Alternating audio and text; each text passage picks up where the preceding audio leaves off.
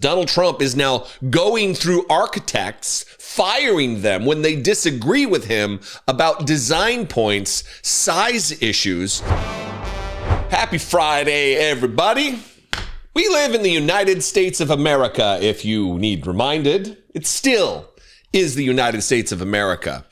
We are governed, we have elected, we have saw fit to put into power as President of the United States, Donald Trump, who's really more concerned with and obsessed with and fixated on being president of ballrooms, I guess. He has destroyed the east wing of the White House, literally demolished it. It's gone. It's just a hole in the ground now. To build this monstrosity that is bigger than the White House itself. And he won't shut the fuck up about it. Constantly posting on the internet about it. Ask random questions about something completely unrelated to the ballroom, and his dementia kicks in, and this lunatic starts rambling about the ballroom that nobody gives a fuck about. No one cares about the ballroom except for him because it's unnecessary. This monstrosity, this $350 million architectural nightmare. And the reason I say it's a nightmare is because Donald Trump is now going through architects, firing them when they disagree with him about design points, size issues. He believes he knows more than the person with advanced graduate degrees and expertise in their area of study. And he's firing. Get a load of this. This is peak Donald Trump. Daily Beast, Trump fires ballroom architect who said it was too big. The architect reportedly warned the president that enlarging the ballroom beyond the size of the White House itself was unwise. And our toddler, tantrum-throwing moron of a president fired him. President Donald Trump has replaced the architect who told him the White House ballroom was over the top.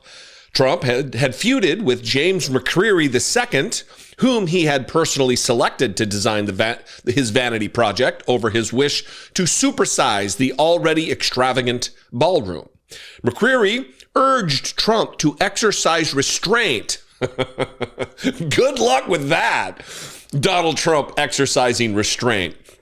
McCreary urged Trump to exercise restraint, warning that the planned 90,000 square foot addition would overshadow the 55,000 square foot executive residence, according to the Washington Post. On Thursday, the Post reported that McCreary stopped leading the project in late October and that Trump had tapped architect Shalom Bahrain's, I don't know. I'm not steeped in understanding and familiarity with all of the different architects in the city. Tap this other guy, Shalom we'll call him, to take over. Now look, let me say this. Pause here for a second. Donald Trump is trying to alter the makeup of our government, of our culture, of our society, of the country at large, but DC especially. He made a crack the other day about renaming the Kennedy Center the Trump Kennedy Center.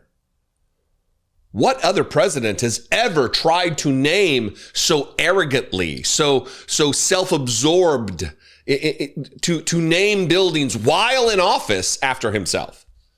Nobody ever has done it. In the golden age of the founding period of our country, it was considered uncouth to even seek the office of president. You were nominated. You didn't even go through a candidacy like normal here, like we're used to.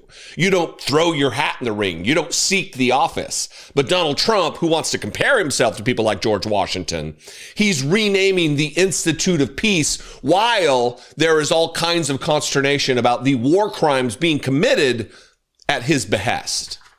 This is fascism. This is Hitler shit. This is Germany in the 30s and 40s of the last century. Without a doubt, that's what it is. And anybody who wants to normalize this or act like it's not the things I've just said They're either stupid and have zero understanding of our global history, or they're liars who are working in service. They are lapdogs of the fascist. When reached for comment, White House spokesman Davis Ingle told the Daily Beast in a statement, as we begin to transition into the next stage of development on the White House ballroom, the administration is excited to share that. No, Donald Trump is excited to share. Come on. The administration, I would assume, has some people in it who are endeavoring to do the work of the people, who are endeavoring, even through their fascistic fever dream of what this policy should be, they are attending to the actual agenda of what Donald Trump promised, not this goofy, ostentatious ballroom.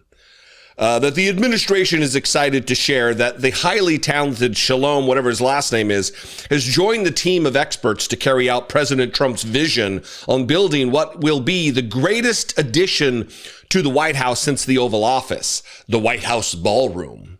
Shalom is an accomplished architect whose work has shaped the architectural identity of our nation's capital for decades, and his experience will be a great asset to the completion of the project. Baranis, is it Baranis? Let's go with Baranis. Baranis' firm has designed government buildings in D.C. for decades, including the General Services Administration's national headquarters. A White House official told the Beast that McCrary was not being replaced, but would continue on the project as a valuable consultant. The shakeup comes after Trump issued a cryptic Truth Social message about the ballroom on Monday. The president curiously stated of the construction, as long as we're going to do it right, in all capital letters. What does that mean? We don't expect answers. They're not coming anytime soon. The actual plans haven't been released, nor have they been approved by the city. Donald Trump is attempting to bypass architectural review, building permit, all of it. He thinks he is an island unto himself, a king-like figure who can just call the shots. No safety regulations will be taken into account. This will be a dangerous building, by all accounts, if Donald Trump gets his way. McCrary, whose firm is known for building Catholic churches, had reportedly told Trump that his ballooning vision for the ballroom risks violating a basic architectural rule. Don't let an extension engulf the building it's supposed to complement. But Trump has forged ahead with upsizing the ballroom, turning what was once supposed to be a 500-seat room into one that will accommodate 999 people. He wants it to potentially be big enough to host a presidential inauguration. Meanwhile, the cost has climbed from $200 million to $300 million, which Trump insists he and his billionaire pals will cover.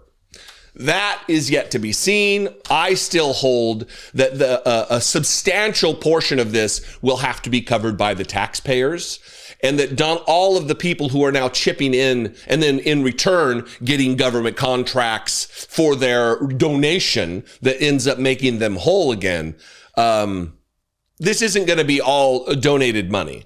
We're going to be on the hook for this. This unnecessary, in the midst of income inequality, the likes of which we haven't seen since the Gilded Age, maybe even worse than then, they're building this gold-encrusted nonsense ballroom for the richest and most powerful people to congregate and fellowship one with another. It's gross. Absolutely gross. Anyway, what do you think? I invite you to this conversation. Let's have it in the comments below the video. When you attack American citizens, when you attack our institutions of legislation, when you attack our nation's capital, you attack the very being of our way of life. So there has been an arrest in the Capitol bombing case, and it wasn't Marjorie Taylor Greene that was arrested, for all of you who believed it was her. I don't even know if they got the right guy. We'll wait and see. When you have an administration that is creating out of whole cloth charges to weaponize against people like James Comey and Letitia James, charges, by the way, that grand juries are saying no to now. In Letitia James's case, another grand jury took a crack at this and said, nah, we're not doing this.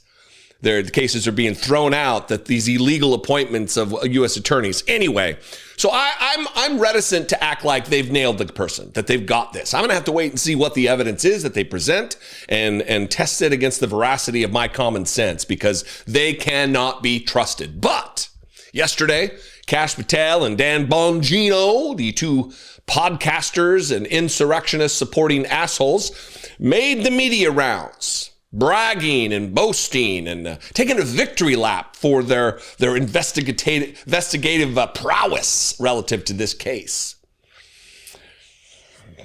Wow. And Kash Patel, I mean, really, at this point, it's a goof, right? At this point, it's just it's a joke. It's like a big joke on the rest of us that these are the people they put in place, because Kash Patel, I have 3 clips here. Kash Patel went out there yesterday and during the press conference said some things that just are like a thumb in your eye, where he's talking about, if you attack our capital, you attack all of us. The guy who produced a music album for charity to support insurrectionists who attacked the Capitol. It's just projection. And the more radical that they do it, they think that we'll look the other way. I don't think that's how it works, though. Watch this. General, when you attack American citizens, when you attack our institutions of legislation, when you attack our nation's capital, you attack the very being of our way of life. And this FBI and this Department of Justice stand here to tell you that we will always refute it and combat it. We will provide the safest country the nation has ever seen under President Trump's leadership here. And that's what we did here today with great resolve. Kash Patel made a lot of money promulgating and promoting the conspiracy that the FBI had planted individuals to spark the insurrection, ignoring everything we witnessed relative to the words of Rudy Giuliani. Trial by combat, said the octogenarian who's never, ever faced violence in his life. Our fat loser president at the time and now currently saying that we need to go down there and give them hell. We need to fight, and then dispatch the armed mob that he knew was armed because the Secret Service wasn't allowing them into the speech at the Ellipse. And he was pissed about it. And he said, remove the magnetometers. I want my people here. They're not here to hurt me. And yet, Kash Patel wants you to believe that he believes that if you attack the United States Capitol, you attack the very being of our way of life, says Mini-Me. As part of his victory lap, he went on with the president's dopey son, and I don't necessarily mean dopey because of the dope that people say he does, but he is certainly dopey. And they had all kinds of insane projection type shit to talk about. Watch this and stifle your desire or urge to puke. Since January 6th, 2020. But, I never understood how this could just disappear. I mean, 2 pipe bombs targeting the headquarters of the Republican Party, targeting the headquarters of the Democrat Party. I can understand maybe the media ignoring targets on the Republicans because, again, their silence is golden and they only report on that. But, I mean, that to me is a far greater threat than any of the nonsense, a grandma taking a selfie inside of January 6th. And yet it just disappeared. It's almost like that was the backup plan if they didn't get what they wanted out of January 6th, which to me seems like a very clear setup operation.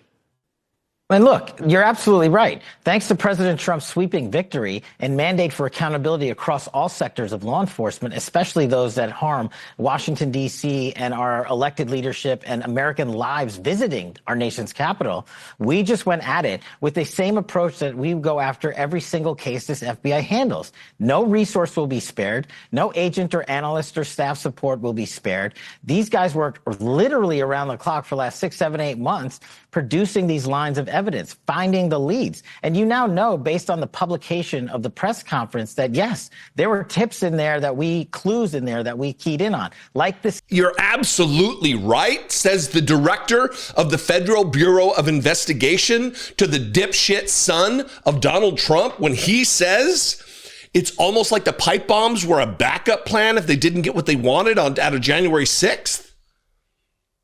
And it's a nice euphemism to talk about grandmas taking selfies in January 6th, or how he phrased that. You're talking about a violent attempted overthrow of the United States government. All of the little cute language they use to not really drill down on the thing they're actually talking about is rich. And then I got a final clip for you. And this is Kash Patel and credibly accused rapist Greg Kelly waxing triumphant over this arrest and their investigations, communicating, putting out there that the Biden administration didn't want to solve this case, that it was something sinister about the fact that they couldn't find this person. They deliberately did not want to solve this. I mean, this was challenging, but it was solvable, right? In my opinion, the prior administration either was completely incompetent or intentional in their weaponization of justice and law enforcement. And we know they have a track record of the latter with Arctic Frost and Russiagate and so many else. So I put this in that folder. What we did was we rejected and are in the process of destroying and leveling the weaponization of justice and law enforcement and delivering results for the American people. So Joe Biden intentionally didn't want the case solved. And why would that be? Because we're learning now that the person they have in custody, the person they've arrested, the person they're going to charge, was a Trump supporter. Why would Joe Biden, with all of his evil weaponization, want to not prosecute the Trump supporter who thought the election was stolen? It makes total sense. Look, if this is the kind of acumen and intelligence and logic that they bring to their jobs, we're doomed. We are cooked we're cooked anyway, but I mean, come on. When his rounds making are Newsmax and the goofy podcast of the president's son. Come on. Anyway, what do you think? I invite you to this conversation. Let's have it in the comments. Do you share the skepticism that I have as well about that this is the guy? I mean, if it is, great. I'm looking forward to see his prosecution. I look forward to seeing what the evidence is, but I'm going to reserve judgment and not jump on this bandwagon because they really can't be trusted. And so we need to use our brains and all of our faculties to actually weigh what we see against their previous behavior and what will certainly be future behavior. I don't know if I've dropped the number already because I started rambling, but 714-576-4054 is the phone number to leave a voicemail. You can also email me daily@dollemore.com. Make sure you're subscribed to catch my videos on a daily basis on YouTube. It's free to do so. And you can also just like and follow the Facebook page, Dollemore Daily over there. We're almost to 40,000 followers and likers over there versus the 1.2 million here. Make it make sense. This is also part of the problem that this dipshit country music singer, girlfriend of Kash Patel, she's not in charge of the FBI. She is in no position to be directing FBI agents to do anything. So speaking of Kash Patel and the fecklessness, and I talked yesterday, I think he might be on his way out. I think that Fox News hates him. I think that they are setting the stage to start reporting on this story as well as others. We've seen that he's taken the jet off to go on dates with his girlfriend, going to wrestling matches and concerts, and then leaving those concerts that are in a completely different state to fly across the country to her home state of Nashville in Tennessee. We've seen him refusing to get out of the van until he had a tight enough coat that fit him right with the right patches on. He's just an egomaniac. He's a guy who feels bad about being 4'9" or 5 foot tall. There's nothing wrong with it. Be who you are. Just celebrate what you got. But he's insecure, like all of these MAGA clowns. And now there's an accusation against him, reporting that he's using FBI agents, ordering FBI agents to act as Uber drivers to get not his girlfriend home safe after she's been drinking, but his girlfriend's girlfriends. FBI agents are being used as chauffeurs, as Uber drivers, to get the friends of his girlfriend home after they've been drinking. What's all this rambling and bemoaning about fraud, waste, and abuse and mismanagement? This is from the new MS Now, still that name. From MS Now, Kash Patel ordered FBI detail to give girlfriend's pal a lift home. Sources: the FBI director's use of resources is under intense scrutiny as he insists he is a good steward, or just a steward, of taxpayer dollars. FBI Director Kash Patel has on more than one occasion ordered that the security detail protecting his girlfriend escort one of her allegedly inebriated friends home after a night of partying in Nashville, according to 3 people with knowledge of the incidents. Patel's girlfriend, Alexis Wilkins, asked FBI agents on her security team at least 2 times, including once this spring, to drive her friend home, and agents objected to diverting from their assignment, said the sources, who were granted anonymity to discuss non-public matters. Look, this is also part of the problem, that this dipshit country music singer, girlfriend of Kash Patel, look, it tells you there's something wrong with her picker. Her judgment's a little askew anyway, but she's not in charge of the FBI. She is in no position to be directing FBI agents to do anything. The fact that she has a protective detail is problematic enough. It's not the wife of the FBI director. It's the girlfriend. But Kash Patel is so desperate for acceptance. He just wants to cling on to this to make it a real thing because he is, he's Kash Patel. I'm never going to get a shot like this again. I got to make this one land and stick the landing really hard. But Patel insisted the FBI agents do as Wilkins requested, and in one case, called the leader of Wilkins's security detail and yelled at him to do so. News of the effort to deploy agents to provide security for a private citizen has spread through the Bureau and beyond as agents have grown increasingly concerned by Patel's use of the Bureau's strapped resources, the people said. Here's the other thing. Look, this is going to come to a head because media organizations and friendly outlets like Fox News are going to turn on Patel. But the other thing is, the reason we're learning about this is because people within the FBI are not happy about the way it's being managed. They're not happy about the things they witness. They're not happy about being directed to be fucking Uber drivers for the drunk girlfriends of Kash Patel's drunk girlfriend. FBI spokesperson Ben Williamson did not answer questions about multiple inside accounts of Wilkins's detail being diverted, but broadly denied such events took place. This is made up and did not happen, Williamson said. It didn't happen.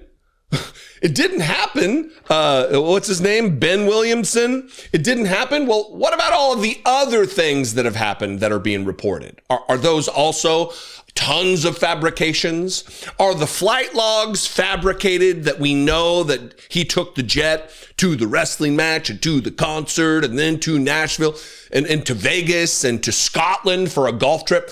Are all the flight logs also did not happen? Because there's more than just this story that lead us to have concern about the manner with which the resources, again, the dwindling resources of the FBI, are being utilized. At Patel's direction, the FBI provides a separate security detail for Wilkins, 27, a country music performer who lives part-time in Nashville for her work. The FBI security detail, first reported by MS Now. MS Now. Oh, it's MS Now. I know I'm probably pissing somebody off who spent a lot of time working on that name, but the next time you need to rebrand MSNBC, call me up. I can help you out. I'm brilliant. Look, Dollemore Daily. It just rolls right off the tongue. First reported by MS Now, is made up of members of an elite SWAT team based in the area. It has spurred concerns about Patel abusing FBI resources to essentially drive his girlfriend around for various events and appointments. The FBI has never before provided a separate security detail for a director's girlfriend. Spouses of past directors typically received episodic security protection, but only when they were traveling with their spouse and the director's detail. Look, I don't have a problem with a spouse of a high-level official getting a little security, even full-time. I don't have a problem with that. There's all kinds of nuts out there. But a girlfriend who's very likely not going to end up being his spouse because she's going to see the writing on the wall, or sometimes she's going to wipe the sleep out of her eyes and realize he's 5 foot tall? Yeah, I don't know. Maybe I'm wrong. Former FBI agents and senior law enforcement officials said it was already disturbing that Patel had pulled elite tactical agents away from their SWAT team mission to drive his girlfriend around town. But they told MS Now they were shocked that the director instructed tactical agents to use their time on yet another person the FBI had no reasonable duty to protect. Also, they don't need protection. They're just randos. No one is going to be waiting in the wings. I'm a trained assassin. I'm here to get Kash Patel. Oh, I can't get Kash Patel. I'm going to get his girlfriend. Oh, I can't get her either. She's got a SWAT team detail. I know what I'll do. I'll get her drunk girlfriends that nobody knows about. It makes total sense, Kash. Quote, not only is the assignment of FBI SWAT personnel to a security detail to protect his girlfriend inappropriate, directing these highly trained professionals to babysit his girlfriend's friend is outrageous and demonstrative of Kash Patel's complete lack of judgment and integrity, said former FBI agent Chris O'Leary, an MS Now contributor. Quote, FBI agents, and we'll end it here, FBI agents serve the public and swear an oath to protect and defend the Constitution. This is clearly a long way from that. Christopher O'Leary is correct. Kash Patel is not long for this position. More and more and more stories are going to start making their way to the media through people who are unhappy with the job he's doing within the organization itself. This isn't coming from without. This is definitely coming from within. What do you think? I invite you to this conversation. I believe it's an important one. The more that we can show, the more evidence that we can bring to bear that these people don't have the best interest of the country in their minds. They want to make things easy for themselves. They want to be seen as big time on private jets and be able to order FBI agents around. It's gross. To have that many applications means that we're going to hire the best of the best, and individuals who have experience can get qualified for their ICE badge as soon as possible and hit the streets so that they can make sure that these families get to live safely again. After the tragic and disgusting shooting of Sarah Beckstrom, the National Guard soldier from West Virginia, the 20-year-old who was killed by an Afghan national who was granted asylum by Donald Trump and allowed to enter the country in September of 2021 by Joe Biden, there's been a lot of talk about vetting of asylum seekers and vetting of migrants coming into the country. There doesn't seem to be any talk about vetting ICE agents who are endeavoring to kidnap those migrants off the streets while masked, while refusing to identify themselves. No vetting for them.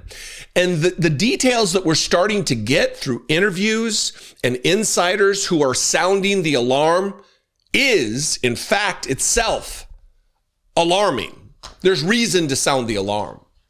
They are trying to put through, I'm going to read some paragraphs here that they will shock you.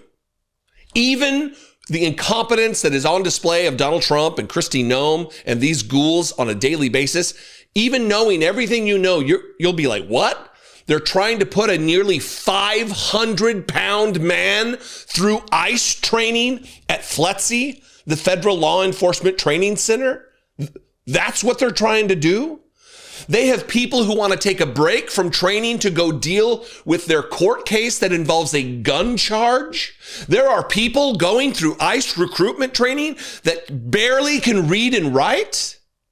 Yeah, under Donald Trump, absolutely. Because there is a fever pitch to get this internal army stood up to be masked armed agents, the secret police of Donald Trump. And it doesn't matter how fucking fat you are. It doesn't matter how illiterate you are. It doesn't matter how criminally inclined you are. We want you. We need you. This is from the Daily Beast. Ice Barbie's hiring blitz descends into disaster with shockingly bad results. The deliberate rush to boost numbers had led to violent, barely literate, and unfit rookies becoming federal agents.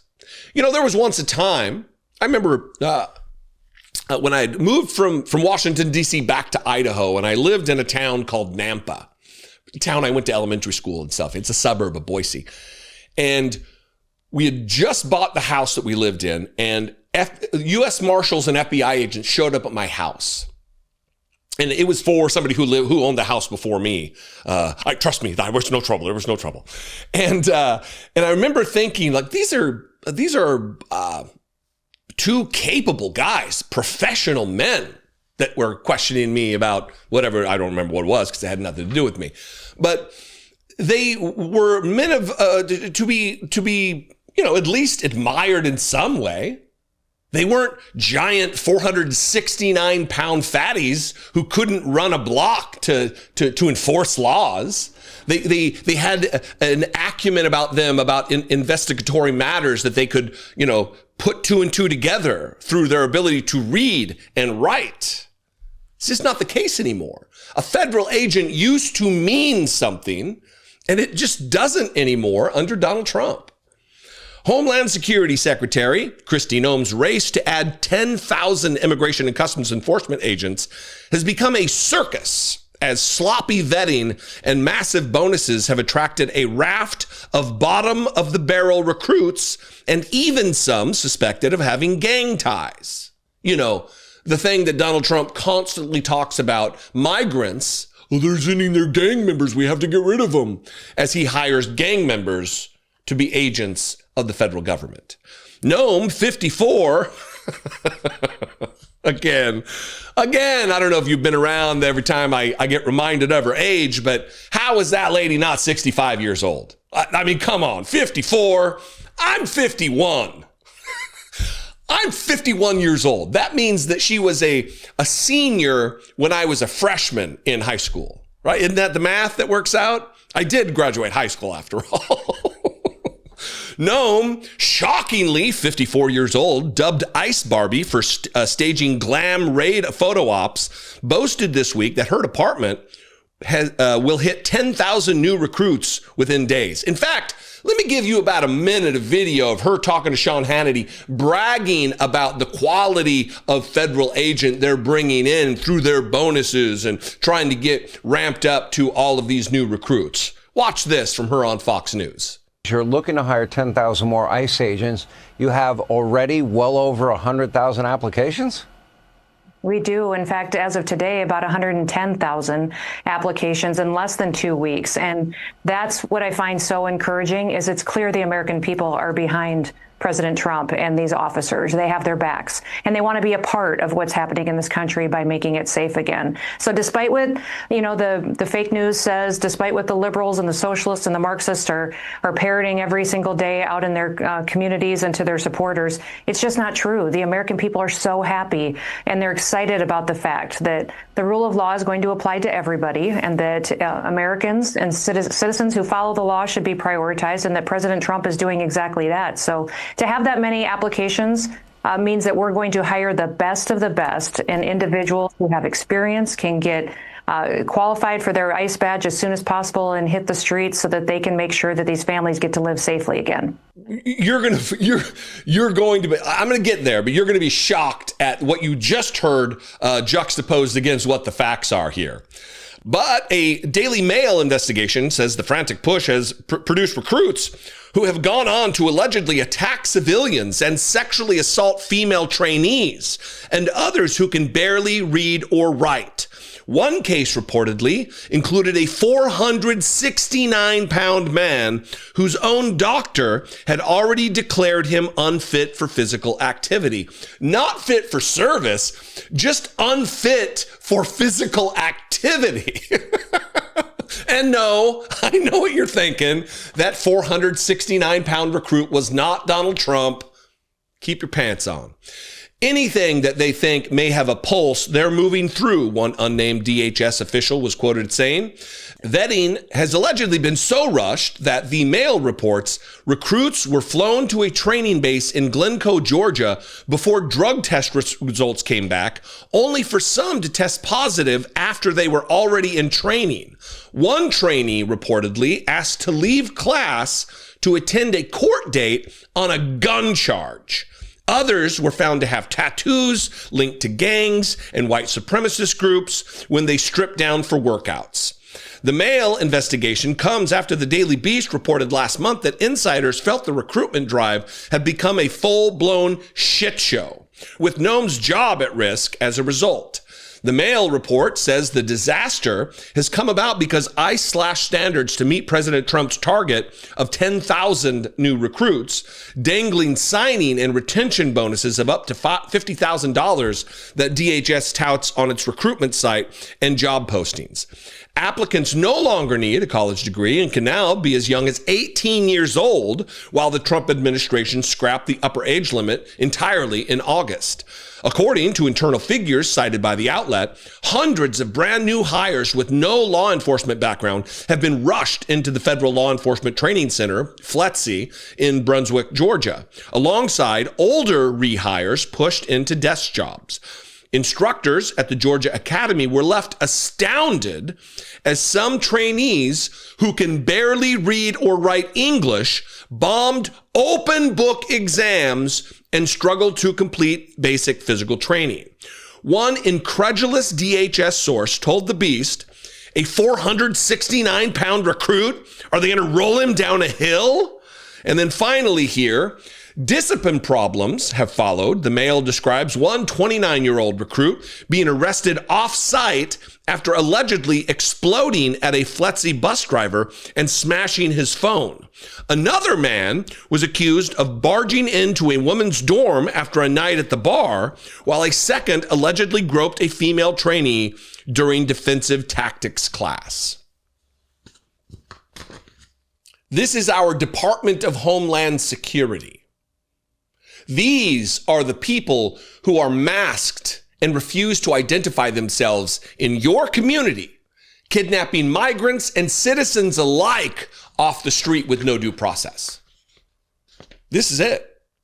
469-pound turds, illiterate idiots, people who are groping women trainees in training, people with gun charges and gang tattoos and Nazi-affiliated rhetoric on their bodies.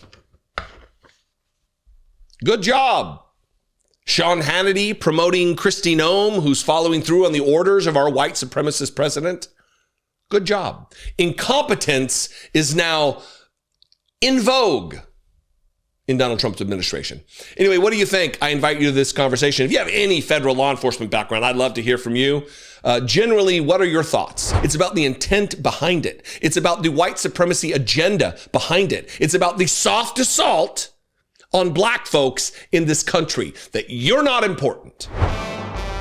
I think over the years, I've probably shed the segment of my audience that acted like I was an alarmist about racism, about white supremacy, about anti-black propaganda in America. I think they're gone because they were like, this guy talks about race too much. He's too much of a social justice warrior. And I would say to them, they're not here because they left a long time ago, that if you think denigrating or using pejorative terms, if you use social justice warrior as an insult, you can fuck straight off. No need to bleep, producer Chris.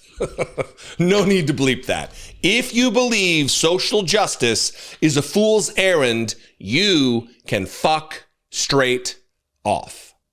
Now that I've chastised the segment of the audience that is not here to hear me chastise them, let me talk about the latest. Let me talk about this. It is not a coincidence that Donald Trump is trying to erase photos of black military members, that he's attacking the African American History and Culture Museum right here in Washington, D.C. sending back facts that were on loan from individuals, just giving them back to them because, we're not gonna show any of this stuff. It's an attack on black excellence. It's an attack on black contributions to our culture, to our science, to our nation, to humanity. And now they're attacking black adjacent holidays, black specific holidays that we celebrate that are federal holidays within the National Park Service. There's certain days where you get to go in for free because it's a federal holiday. 4th of July, all these holidays. MLK Day was one. Juneteenth was another. Both are federal holidays. And now, nope, no longer registered as special enough to rate. This is white supremacy. This is the soft assault on black people in the country. That's what this particular thing is. It's the soft assault. Not the hard assault, like firing military members because they're black. Not that. This is more subtle than that. And these are the things we need to keep our eye on to when we're compiling our list of all of the white supremacy agenda items of Donald Trump. Just add this to that list. This is from the San Francisco Gate. National Parks change prioritizes Trump's birthday over days honoring black people. Free entrance days at national parks no longer include MLK Day and Juneteenth.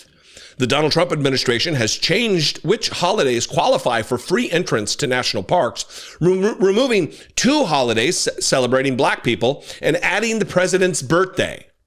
Yeah. So the man who promoted the racist conspiracy, the lie that Obama, our first black president, wasn't qualified to be president because he wasn't born here, that he was born in Africa, in Kenya, is now removing Martin Luther King Jr.'s birthday as a holiday in federal parks, removing Juneteenth, the day that officially slavery ended in the United States. After Texas, there were some holdouts, some people were owning human beings as property after the fact, and they finally got the message there. That's Juneteenth, the way I understand the holiday.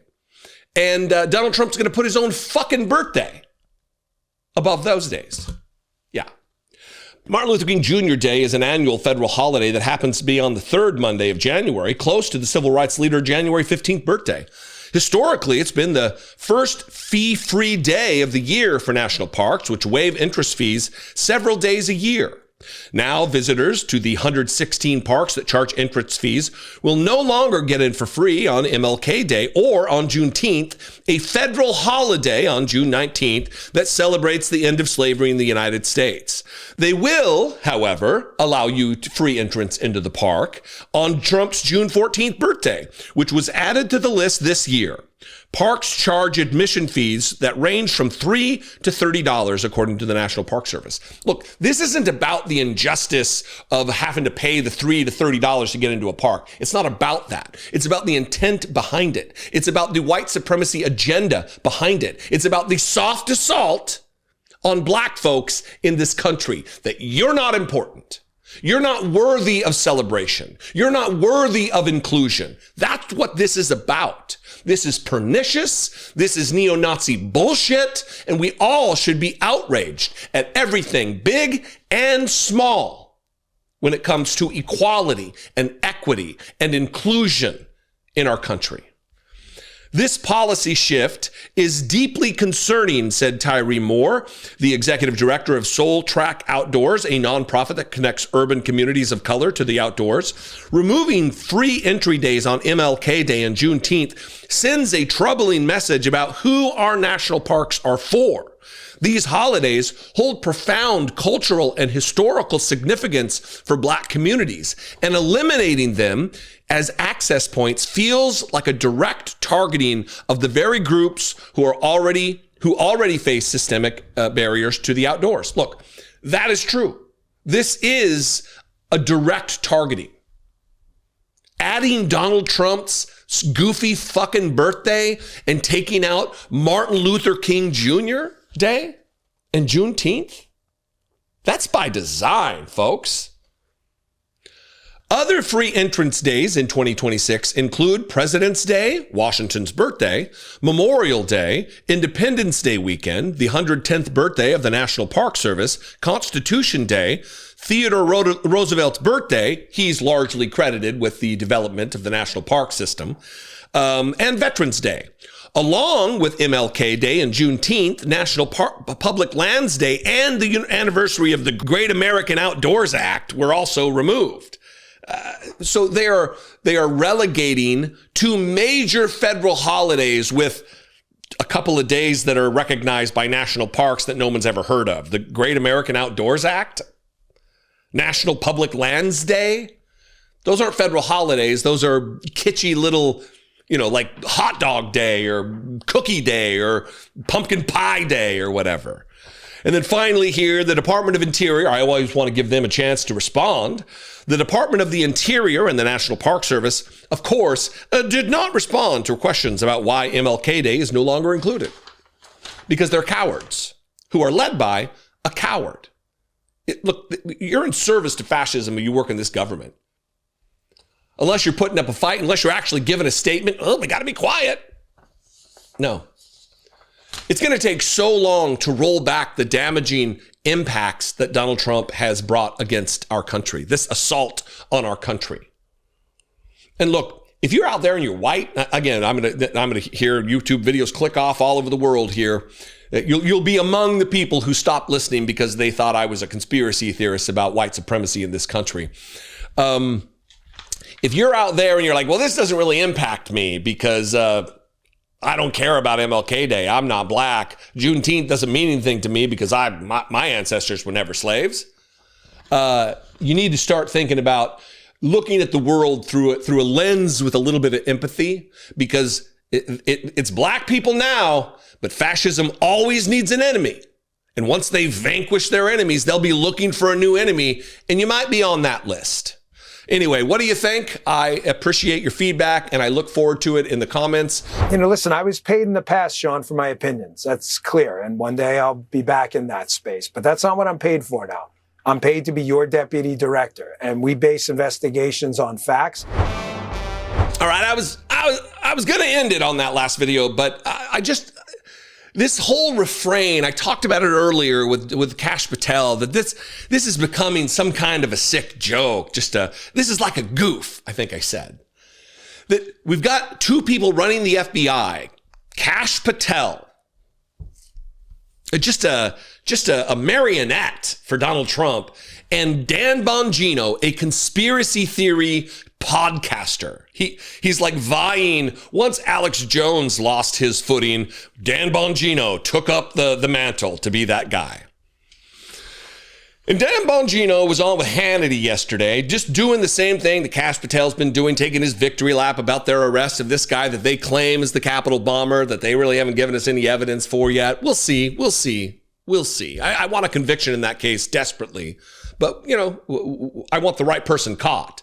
I don't want them to put up a patsy and then have the actual Capitol bomber out there being a potential danger to the country. And Dan Bongino said some things that are maybe more insane than Kash Patel said on his victory lap moments. The one being the fact that Donald Trump hates crime, and crime it makes him crazy. It drives him crazy. Which is, that was an involuntary scratch. Not like I was like, that's weird. But is he fucking kidding me?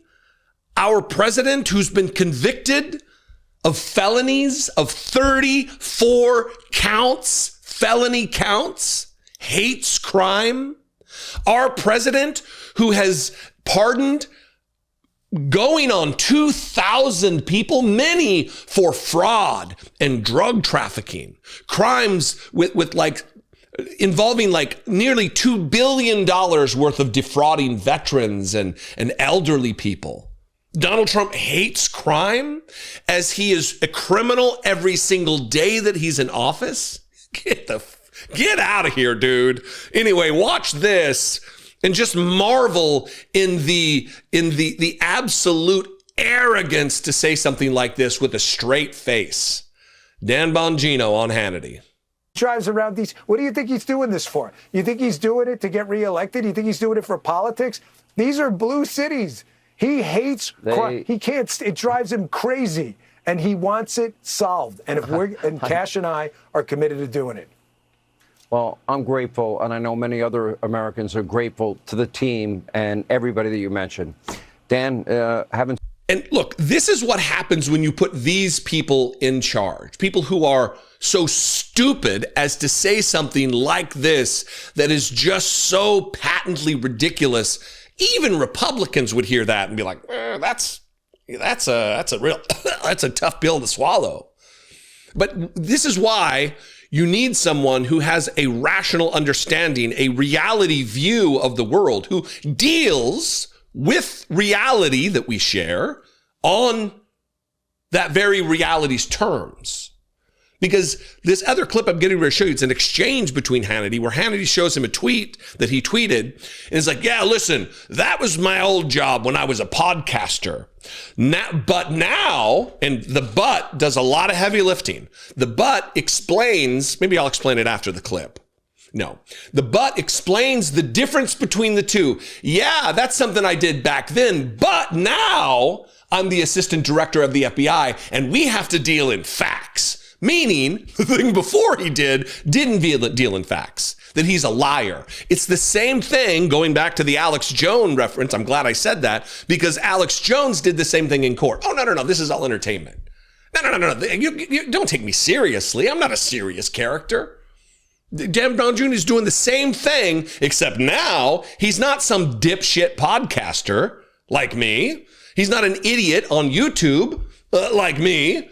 He was. Now he's a dipshit and an idiot as the deputy director of the Federal Bureau of Investigations.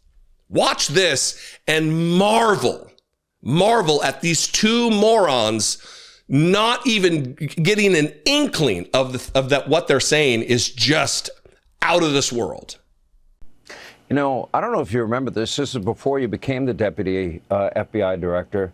You put a post on X right after this happened, and you said there's a massive cover-up because the person that planted those pipe bombs, they don't want you to know who it is because it's either a connected anti-Trump insider or an inside job. You said that, you know, long before you were even thought of as deputy FBI director. Yeah, that's why I said to you, this investigation's just begun. We are pretty comfortable. We have our guy. I think again, legal process starts to surface and information, facts start to come out. The public's going to be very comfortable with the investigation that was conducted under Director Patel and his leadership. He's been great on this. But I don't want to, listen, I was paid in the past, Sean, for my opinions. That's clear. And one day I'll be back in that space. But that's not what I'm paid for now. I'm paid to be your deputy director. And we base investigations on facts. And, it was interesting. I was looking out in the crowd today at the presser, and I saw a couple of media figures who you and I both know who promoted the other scandal, the collusion hoax. And I thought to myself, the difference between us and them is, we evolve. As information and new inputs come out, we can produce different outputs because that's what we believe in. We believe in facts and investigations guided by facts. There were people out there in that crowd, I'm sure still believe in this collusion fairy tale hoax. So we'll see. We're going to be guided by the facts as this thing goes forward. And I can't stop leave the truck here without thanking the president. The president. This is an aside and it's an invective. It's just a slam against what the guy's head shape is. But I'm no phrenologist, but you would think he'd be smarter with the size of the upper part of his dome, right? There's a lot of brain that can fit in there. It must be just a real thick skull that is protecting a tiny, very desperate brain. But you heard him say it. I was paid in the past for my opinions, but I'm paid to be your deputy director, and we base investigations on facts. Shouldn't you base the things that you say as a disseminator of information and opinion even, shouldn't they be based on facts? I know I do. For about an hour a day, I talk about the news and I analyze and break down the news based on my understanding of the world, based on the words of the Constitution of the United States based on facts. Now, do I get it wrong? Yeah, but we're all human. We get shit wrong, right?